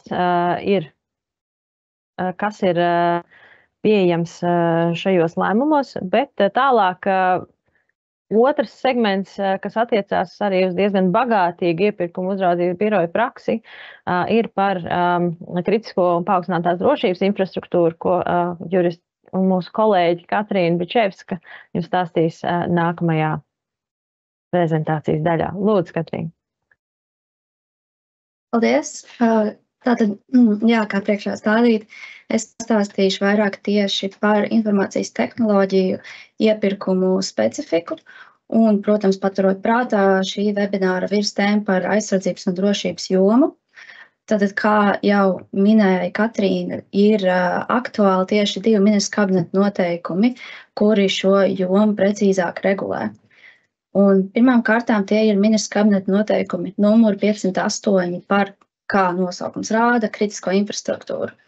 Šajos ministru kabineta noteikumos ir skaidrots, kā mūsu valstī tiek apzināta kritiskā infrastruktūra, un ar to domājot tātad gan nacionālā līmeņa kritiskā infrastruktūra, gan Eiropas Savienības līmeņa, un skaidrots precīzāk, kādus tieši drošības pasākumus un kādus plānus jāveic par šādas kritiskās infrastruktūras darbības nepārtrauktību. Tātad, kā visu šo noteikumu nosaukums rāda, tas attiecas uz drošības prasībām un pasākumiem. Un, protams, šī webināra mērķis nebūtu paskaidrot visas šīs prasības kā tādas, bet vērst jūsu uzmanību uz aktualitātēm iepirkuma sfērā un kā tie attiecās uz iepirkumiem. Un konkrētāk, kā praksē rādās, tātad iepirkumos aktuāls ir viens šo ministru kabineta noteikumu punkts. 16. ministru kabineta noteikuma numur 508 punkts paredz, ka drošības iestādes var pārbaudīt. Tātad ar drošības iestādēm šeit domājot konkrēti valsts drošības dienestu, Satversmes aizsardzības biroju un militārās izlūkošanas un drošības dienestu. Šīs iestādes var pārbaudīt kritiskās infrastruktūras darbiniekus, kā arī tādu komersantu, kuri sniedz pakalpojumus kritiskajā infrastruktūrā, īpašniekus, valdes locekļus, darbiniekus, ja tie sniedz kādus kritiskajai infrastruktūras funkcionēšanai nozīmīgus pakalpojumus, vai arī, ja viņiem ir kāda cita pieeja infrastruktūras funkcionēšanai nozīmīgai informācijai un tehnoloģiskajām iekārtām. Tātad definīcija ir patiesībā plaša. Un ja drošības iestādes veids kādu pārbaudi, tām ir arī pietiekami plaša brīvība pārbaudes saturā, proti drošības iestādes var izvērtēt informāciju, kas ir par personas sodāmību, par tīšiem noziedzīgiem nodarījumiem, bet arī jebkuriem citiem faktiem, kas varētu dot pamatu drošības iestādei pamatu apšaubīt, ka konkrēta persona ir spējīga saglabāt ierobežotas pieejamības vai klasificētu informāciju. Un tātad šādas pārbaudas rezultātā drošības iestāde var sniegt ieteikumus pasūtītājam, piemēram, konkrētā iepirkumā par drošības pasākumiem, par to, vai konkrētas personas ir pielaižamas iepirkumā kontekstā aktuālajai kritiskajai infrastruktūrai, un atkarībā no tā, par kādām personām ir runa, var būt diezko tālajošas sekas iepirkumā. Kā to, piemēram, rāda arī kāda iepirkuma uzraudzības biroja lieta. Šajā lietā iesniedzējs vispirms apšaubīja, vai vispār pasūtītājiem bija tiesības noraidīt šī iesniedzēja piedāvājumu, pamatojoties uz Valsts drošības dienesta atzinumu par to, ka pretendenta apakšuzņēmēju darbiniekiem ir kāds apšaubāms aspekts un tādēļ būtu jāierobežo viņu piekļuvu kritiskai infrastruktūrai. Un šajā gadījumā vispirms tātad bija jautājums, vai, ja iepirkuma nolikumā pasūtītājs nav devis nekādu informāciju un norādi uz ministru kabineta noteikumiem numur 508 un par to, ka šāda pārbauda vispār no iestāžu puses tiks veikta, vai tad atzinums ir saistošs. Un iepirkuma uzraudzības birojas secināja, ka ārējais normatīvais akts, protams, ir jāievēro, ja tajā ir paredzēta šāds pārbaudas veikšana un drošības iestāžu kompetence lemt par personu pielaišanu kritiskai infrastruktūrai, tad tas būs saistošs gan pretendentam, gan pasūtītājam, neatkarīgi no tā, vai ir konkursa nolikumā par to bijuši kāds norādes vai ne. Un tad otrām kārtām šajā pašā lietā iesniedzējs apšaubīja aspektu, vai precīzāk sakot, uzskatīja, ka pasūtītājiem būtu jānosaka pienākums dot iespēju iesniedzējiem tomēr nomainīt šos apšaubāmos apakšuzņēmēju speciālistus pret kādiem citiem. Taču arī šajā gadījumā iepirkuma uzraudzības birojas konstatēja, ka speciālistu nomaiņa nav pieļaujama, tādēļ, ka tas noris jau piedāvājuma vērtēšanas laikā un līdz ar to būtu uzskatāms publisko iepirkuma likuma izpratnē par piedāvājumu grozīšanu pēc būtības. Un ņemot vērā šo piemēru, vēršam uzmanību, ka tātad gan no pasūtītāja, gan no pretendenta puses ir jāatcerās par šo ministru kabineta noteikumu esamību. Pasūtītāji no savas puses var mazināt riskus, ka būs tomēr iepirkuma gaitā kāda negaidīta lēmuma jāpieņem par pretendentu piedāvājumu noraidīšanu. Ja pasūtītāji jau nolikumā paredz skaidru kārtību par to, ka būs šādas pārbaudes un kādā veidā tās ietekmēs iepirkuma gaitu. Un tātad no pretendenta puses riskus var mazināt, apzinoties, ka šādas pārbaudes var būt, ka neviens nevar ar pilnu pārliecību būt par visu savu piesaistāmo darbinieku un speciālistu atbilstību drošības prasībām. Tā skaitā, ja kā šajā gadījumā ir runa arī par apakšuzņēmējiem, par kuru darbiniekiem ir vēl mazāk zināšanu, iespējamiem pretendentam. Un tādā gadījumā, lai novērstu riskus, ka kāds tiek izslēgts un tādēļ viss piedāvājums ir noraidāms, jo pēkšņi vairs nav tās personas, uz kuras zināšanām, spējām, kvalifikācijām persona balstījās, pretendents balstījās, tad, lai to novērstu, var paredzēt arī vairākus savā ziņā alternatīvus speciālistus, vai kā tam līdzīgi paredzēt iespējas, ka ja kāds tomēr tiktu izslēgts no piedāvājumu, ka tad viss pārējais piedāvājums automātiski nekļūst par nolikumam neatbilstošu. Šie ministru kabineta noteikumi ir aktuāli iepirkumos tātad tieši 16. punkta kontekstā, bet otri ministru kabineta noteikumi, par kuriem es vēlētos runāt plašāk, paredz diezko būtiskas prasības uz drošības pasākumiem, kas ir jāievēro jebkuram pasūtītājam saistībā ar informācijas un komunikācijas tehnoloģijām. Tātad ministru kabineta noteikumi numur 442 ir piemērojami un skaidro, kādas ir minimālās drošības prasības. Pirmkārt jau jebkurā valsts un pašvaldību institūciju informācijas un komunikācijas tehnoloģijām. Otrkārt, kādas ir vispārējās drošības prasības tieši valsts informācijas sistēmām. Un ar valsts informācijas sistēmām jāsaprot, jāmeklē definīcija ir valsts informācijas sistēma likumā, kurš paredz patiesībā ļoti plašu šo definīciju. Tās ir visādas informācijas sistēmas, kuras nodrošina valsts pārvaldes funkcijas. Un tātad treškārt šie ministru kabineta noteikumi piemērojas arī privātpersonām, ja tās ir pamatpakalpojumu sniedzēji vai digitālā pakalpojumu sniedzēji. Un arī šīs definīcijas tātad jāskatā citviet, tās izriet no informācijas tehnoloģiju drošības likuma, kurš nosaka, kādi ir parametri, lai paredzēta, vai privātpersona ir vai nav pamatpakalpojums sniedzējs vai digitālā pakalpojums sniedzējs. Un tā, piemēram, par pamatpakalpojumu sniedzēju ir uzskatām dažādas juridiskās personas, kuras Latvijā veic saimniecisko darbību un sniedz finanšu pakalpojumus, sniedz dzeramā ūdens piegādes un izplatīšanas pakalpojumus, pakalpojumus enerģētikā, transporta, veselības nozarē un vēl visādi citi gadījumi, kuri tātad informācijas tehnoloģiju drošības likumā ir skaidri norādīti. Un visām šīm personām ministru kabineta noteikumi paredz dažādus drošības prasību līmeņus, kur ir jāievēro un dažādas pasākums, kas ir jāveic vispār to darbībā un izveidojot, uzturot, apkalpojot šādas informācijas sistēmas. Bet drošības prasību līmenis būs arī atkarīgs no tā, vai konkrētā informācijas sistēma ir uzskatām par pamat vai paaugstinātās drošības sistēmu.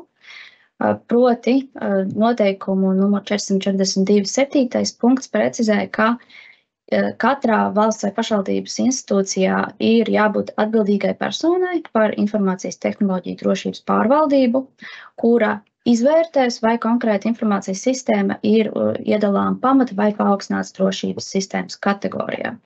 Ir arī noteikti gadījumi, kuros ir automātiski sakāms, ka tā ir paaugstināts drošības sistēma. Tās ir tā skaitā sistēmas, kas ir attiecināmas uz kritisko infrastruktūru, kā arī uz iepriekš minētajiem pamatpakalpojumu sniedzējiem un digitālo pakalpojumu sniedzējiem un šo pakalpojumu saistītajām sistēmām. Bet tātad citos gadījumos ir jāvērtē pēc ministru kabineta noteikumos noteiktiem kritērijiem, vai konkrētā sistēma atbildīs pamata vai paaugstinātās drošības sistēmas kategorijai. Un no tā tad arī izrietoši būs dažādi līmeņi drošības prasības, kuras ir jāievēro valsts vai pašvaldības institūcijai, darbojoties ar šīm sistēmām un iepērkot programmatūru, pakalpojumus vai pat izstrādnes un saistītas iepirkums veicot ar šīm sistēmām. Ņemot vērā šī iedalījuma potenciālo nozīmi, arī iepirkuma uzraudzības birojas ir izteicies, ka šī iedalījuma izvērtējums ir iestādes kompetencē, tātad saskaņā ar minēto noteikumu 7. punktu, un ka iepirkuma uzraudzības birojam nav pamata apšaubīt, ja pasūtītājs konkrētā gadījumā ir konstatējis, ka iepērkamā informācijas sistēma vai ar to saistītā programmatūra un ierīces nav saistīts ar paaugstināts drošības sistēmu, un līdz ar to, ka konkrētā gadījumā nav jāievēro paaugstinātās drošības sistēmas iepirkuma prasības. Kā ir redzams no citām arī iepirkuma uzraudzības biroja lietām, iepirkuma uzraudzības birojas nodala arī savu kompetenci saistībā ar šo drošības prasību līmeni, kur pasūtītājs uzskata par nepieciešamu, tad, ja pasūtītājs secina, ka konkrētā sistēma ir, piemēram, paaugstināts drošības sistēma, un tādēļ iepirkumā ir noteicis kādas skrupulozas prasības, kas tā pasūtītāja ieskatā nodrošina sistēmas drošību. Šis ir piemērs no kāda atklātā konkursa, kurā neatliekamās medicīniskās palīdzības dienests, kurš bija uzskatāms par pamatpakalpojumu sniedzēju, tātad iepirka vienotas fiziskās kontrolas piekļuves sistēmu, un iesniedzējs iepirkuma uzraudzības birojā apstrīdēja pasūtītāja rīcību tehniskajā specifikācijā, ieviešot grozījumus, kas paredzēja, ka šīs sistēmas risinājumā būs aizliegts izmantot kādu konkrētu viegantu protokolu. Tātad, kas tas viegantu protokols precīzāk ir, tas varbūt ir sekundāri. Tas paredzēja kārtību, kādā turpju kontrolieris sazinās ar karšlasītājiem. Taču, kas ir svarīgi, ir, ka pasūtītājs norādīja, ka šis grozījums par aizliegumu izmantot konkrēto protokolu sistēmā ir ieviests tādēļ, ka publiski esot zināma, ka šis protokols ir ievainojams. Proti, tajā ir drošības vājība. Un tā kā pasūtītājs piemēro paaugstinātas drošības prasības šim iepirkumam, tad viņam nav pieņemami iegādāties šādu sistēmu, kurā potenciāli būtu tehniskajā risinājumā izmantots ievainojams protokols. jo tādā gadījumā pasūtītājs pēc iepirkuma nebūtu spējīgs novērst potenciālos drošības riskus, kas no tā izriet. Un iepirkuma uzraudzības birojas secināja, ka pasūtītājs tātad šajā iepirkumā norādīs objektīvu pamatojumu savai prasībai, proti aizliegumam izmantot kādu konkrēto protokolu, un ka šis aizliegums ir balstīts uz pasūtītāju drošības vajadzībām, kuras apšaubīt nav iepirkuma uzraudzības biroja kompetencē. Un visbeidzot, turpinot par vispārīgām ierobežojumiem, kas izriet no šiem ministru kabineta noteikumiem, kādā citā lietā ir redzams tieši konfidencialitātes prasību iespējamās sekas uz iepirkumu veikšanu. Šajā iepirkumā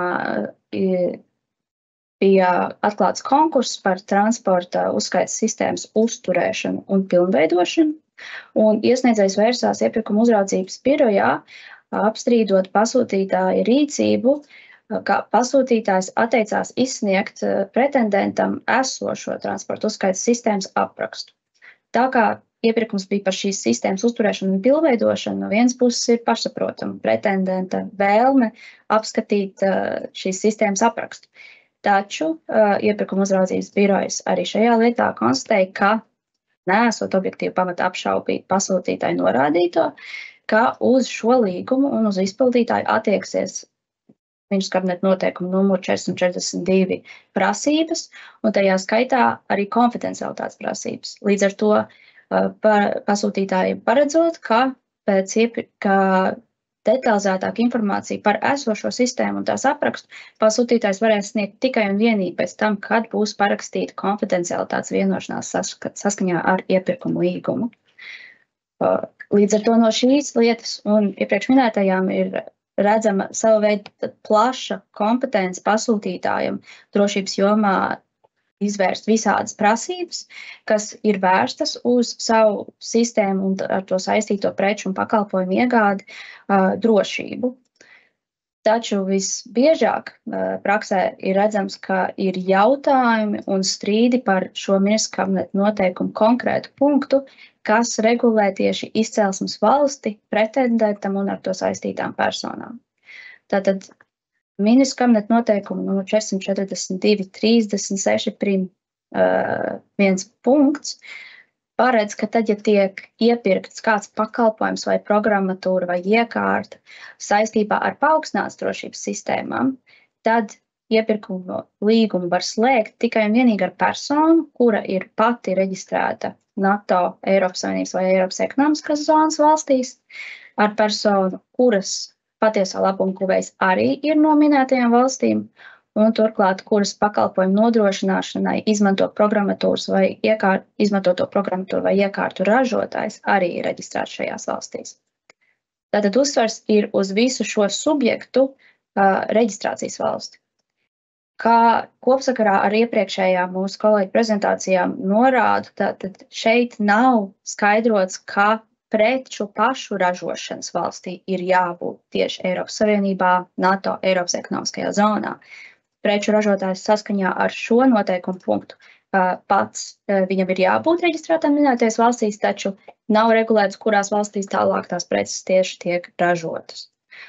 Un tas ir nozīmīgi, bet par to mazliet vairāk parunāsim dažus slaidus tālāk, jo tātad vēlos uzsvērt, ka ministru kabineta noteikumu šīs punkts paredz, ka iepirkuma līgumu var slēgt tikai ar šādām personām, taču ir arī izņēmums, ja pasūtītājs ir saņēmis labvēlīgu valsts drošības dienesta atzinumu, proti pat, ja ir pretendents, kur būs slēdzams iepirkuma līgums ārpus NATO, Eiropas Savienības vai Eiropas ekonomiskās zonas, vai arī, ja kāds tā patiesā labuma guvējs būtu ārpus, vai arī ražotājs būtu ārpus šīm valstīm, tad tāpat tās ir iespēja noslēgt iepirkuma līgumu, ja valsts drošības dienests ir par konkrēto gadījumu atzinis, kā ir pieļaujama iepirkuma līguma slēgšana. Un tādā gadījumā tad drīkst pretendenti paturēt un no iepirkuma neizslēgt. Papildus arī piezīme, kas ir novērojama iepirkuma uzraudzības biroja praksē, ir, ka šādu labvēlīgo valsts drošības dienesta atzinumu var lūgt izdot ne tikai pasūtītājs, kurš grasās slēgt iepirkuma līgumu, bet arī pretendenti var vērsties valsts drošības dienestā ar lūgumu sniegt šādu atzinumu. Un, ja tas ir saulaicīgi darīts, tad arī jau sniedzot savu piedāvājumu, pretendents var iesniegt pozitīvo valsts drošības dienesta atzinumu, kurā ir konstatēts, ka ar konkrētu pretendentu ir iespējams slēgt iepirkuma līgumu, neatkarīgi tātad no šo valstu visu pretendenta, patiesā labuma guvēju un ražotāju izcelsmes valstīm. Kā ir redzams iepirkuma uzraudzības biroja praksē, ir arī vispārīgi skatoties uz iepirkumiem, kas tiek publicēti, jau pasūtītāji ir iemanījušies, ka šādi noteikumi pastāv un sākuši nolikumos konkrēti paredzēt. Pirmkārt, vispārīgi citēt ministrs kabineta noteikumus un šīs prasības, taču otrkārt arī paredzēt, ka tiks pieprasīts valsts drošības dienesta atzinums par konkrēto pretendentu, par konkrētā pretendenta speciālistiem un ražotājiem. Un kādā šādā lietā tieši bija strīds par nolikumā prasību izpildi, jo pasūtītājs iepirkumā bija konkrēti nolikumā definējis, ka pieprasīs valsts drošības dienesta atzinumu gan par pašu uzvarētāju un tā speciālistiem, gan arī par piedāvāto preču, tātad kameru un to programmatūras ražotājiem. Taču par spīti šim nolikuma skaidriem regulējumam pasūtītājs tomēr neieguva visus nepieciešamos atzinumus.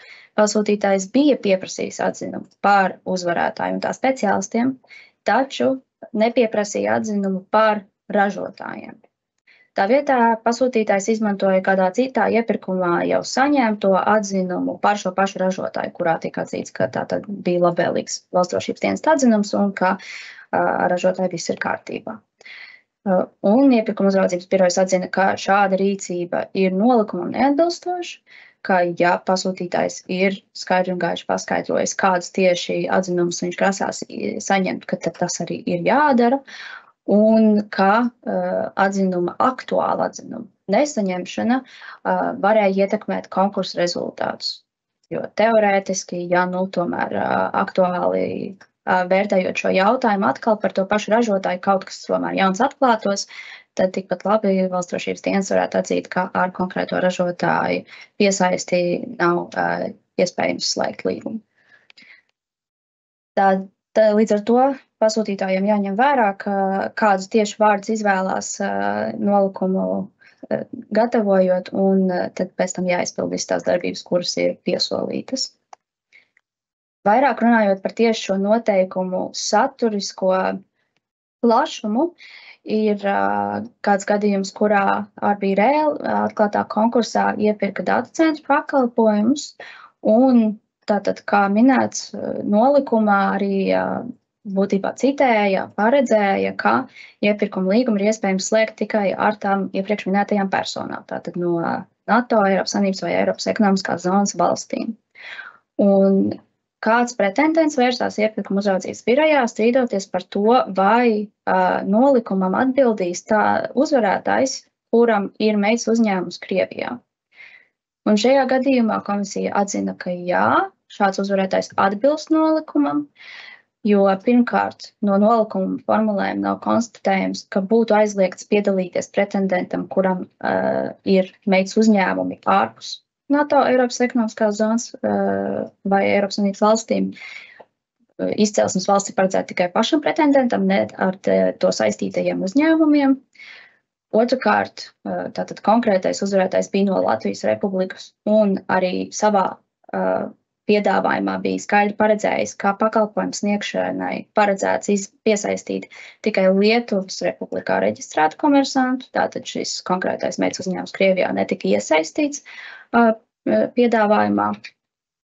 Un komisija arī norādīja, iepirkuma uzraudzības biroja komisija norādīja, ka tā ņem vērā pasūtītāja rīcību pirms konkursa izsludināšanas, jau vēršoties pie Satversmes aizsardzības biroja un gūstot viedokli, ka nav konstatējumi juridiskie šķēršļi līguma noslēgšanai ar šo konkrēto uzvarētāju.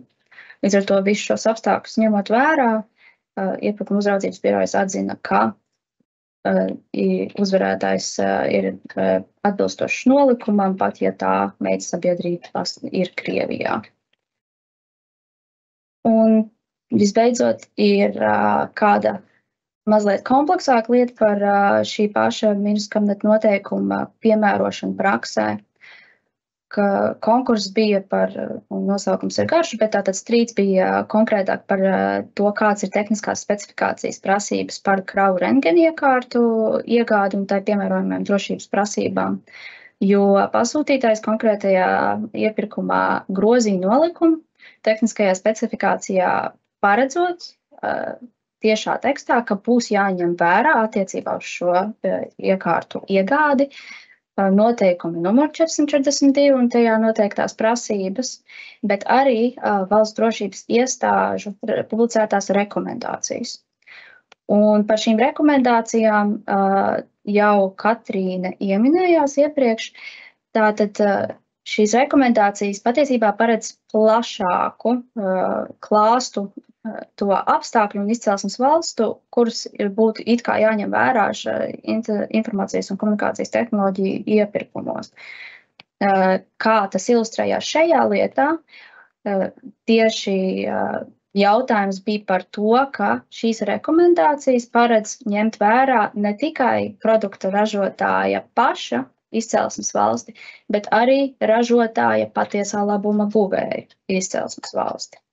Tātad uzsverams, ka ministra kabineta noteikumos par ražotāju patiesā labuma guvēju nav norāžu. Līdz ar to valsts drošības iestāžu 2019. gada rekomendācijas šajā daļā un arī citās daļās paredz plašākus ierosinājumus par to, kādām personām un kādās valstīs būtu jābūt ražotām precēm, ja ir runa par informācijas un komunikācijas tehnoloģiju jomu un to drošību.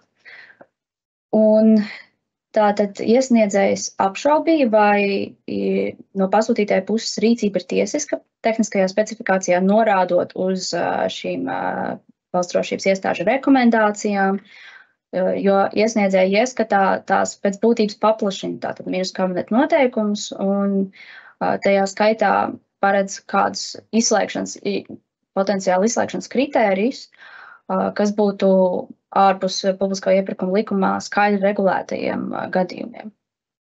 Taču iepirkuma uzraudzības birojas šajā gadījumā secināja, ka tomēr šie grozījumi tehniskajā specifikācijā ir pieļaujami.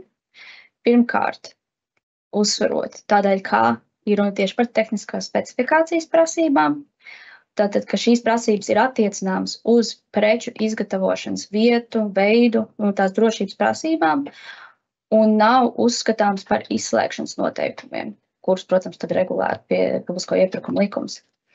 Līdz ar to iepirkumu uzraudzības biroja ieskatā šīs jaunieviestās prasības konkrētajā gadījumā neliedz piegādātājiem piedalīties iepirkumā, bet gan tikai ierobežo drošības prasības attiecībā uz preču piegādi.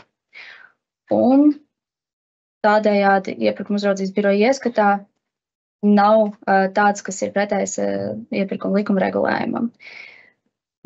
Šajā gadījumā jāsaka, ka iesakām kritiski vērtēt šādus noteikumus savos nolikumos un kritiski izvērtēt, vai papildus kādas prasības, kuras ir ārpus ministra kabineta noteikuma 442. 36. punktu prasībām tiek ieviestas. Vai tās tiek ieviestas kā šajā gadījumā tehniskajā specifikācijā, vai tomēr tas būtu vērtējums kā izslēgšanas kritērija, un cik tālu tas atbilst publisko iepirkumu likumam. Bet, tātad šis lēmums ir pieņems, un to arī var ņemt vērā attiecībā uz to, kā interpretēt valsts drošības iestāžu rekomendāciju izmantošanu savā iepirkumā. Līdz ar to šis, laikam, būtu noslēdzošais gadījums, par kuru es vēlējos pastāstīt. Un došu vārdu atpakaļ Katrīnai. Ja ir kādi jautājumi. Tev ir ienācis jautājums, Katrīna, tu varētu lūdzu apskatīties. Restīvi jautājums ir, vai apakšu uzņēmējs neiztur drošības iestāžu pārbaudas, vai to iepirkuma laikā var nomainīt, līdzīgi kā tas ir ar citiem izslēgšanas pamatiem, jo tu stāstīji par lēmumu attiecībā uz pieteiktiem speciālistiem, kur kvalifikācija tiek pārbaudīta, un tādēļ to nomaiņa ir, protams, problemātiska pārbaudas neizturēšanas gadījumā, bet vai jums ir vērtējis atklāšana uzņēmēju jautājums, vai arī mēs varam prezumēt, ka likuma noteikumi piemērojami uz šiem gadījumiem? No tiem gadījumiem, kurus es apskatīju, un no iepirkuma uzraudzības biroja prakses nav redzams, ka būtu tieši tādā skatījumā apsvērts, kā aizvietot apakšu uzņēmēju. Līdz ar to papildus kādas kārtības nav ieviestas un piemērotos vispārīgā kārtība par to, kā apakšu uzņēmējs var vai nevar nomainīt.